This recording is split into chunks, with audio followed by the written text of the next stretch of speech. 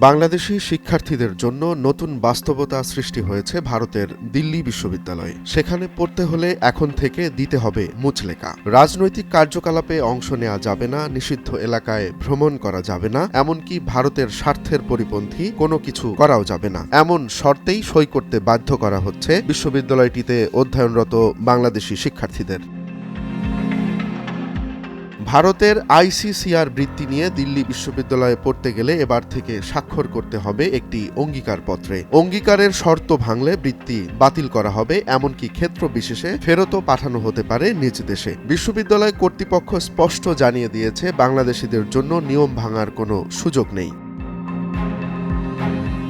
শুধু বাংলাদেশি শিক্ষার্থীদের জন্যই কি এমন শর্ত, নাকি অন্য কোনো দেশের ক্ষেত্রেও এমনটি রয়েছে? সূত্র বলছে, অন্য কোনো দেশের শিক্ষার্থীদের জন্য ভারতে এমন কোনো নিয়মের নজির নেই। ফিলিস্তিন সহ অন্যান্য দেশের ছাত্রদের কাছ থেকে এমন মুচলেকা নেওয়া হয়নি। তাহলে বাংলাদেশিদের জন্য বিশেষ শর্ত কেন? প্রশ্ন উঠেছে বিভিন্ন মহলে।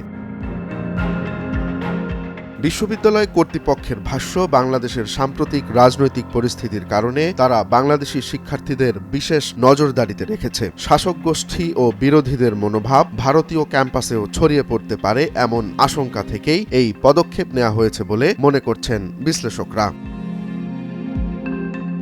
একজন বাংলাদেশি শিক্ষার্থী নাম প্রকাশ না করার শর্তে জানিয়েছেন, সাধারণত হাই কমিশন এ ধরনের অঙ্গীকারপত্র জমা নেয়, কিন্তু এবার বিশ্ববিদ্যালয় থেকে সরাসরি শিক্ষার্থীদের এ ধরনের অঙ্গীকারনামায় সই করতে বাধ্য করা হয়েছে। কেন এই হঠাৎ পরিবর্তন? কোনো রাজনৈতিক উদ্দেশ্য আছে কি এর পেছনে, নাকি বাংলাদেশি বলেই এমন বৈষম্যমূলক আচরণ?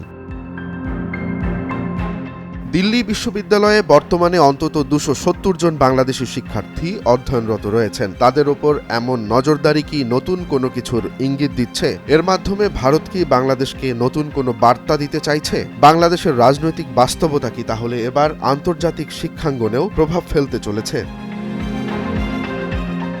দিল্লি বিশ্ববিদ্যালয়ের মুচলেকা বাধ্যতামূলক করার এই সিদ্ধান্ত কেবল শিক্ষার্থীদের নয়, বাংলাদেশের নীতি নির্ধারকদের কাছেও প্রশ্ন তুলেছে। কেন শুধু বাংলাদেশিদের জন্য বিশেষ এই শর্ত আরোপ করেছে ভারত? এটি কি ভবিষ্যতে শিক্ষার্থীদের জন্য আরও কঠিন নিয়মের ইঙ্গিত, নাকি অন্যান্য বারের মতোই বাংলাদেশের সঙ্গে ভারতের একটি বৈষম্যমূলক আচরণ? প্রশ্ন রয়ে গেল। রোমান্স তালুকদার, নয়া দিগন্ত।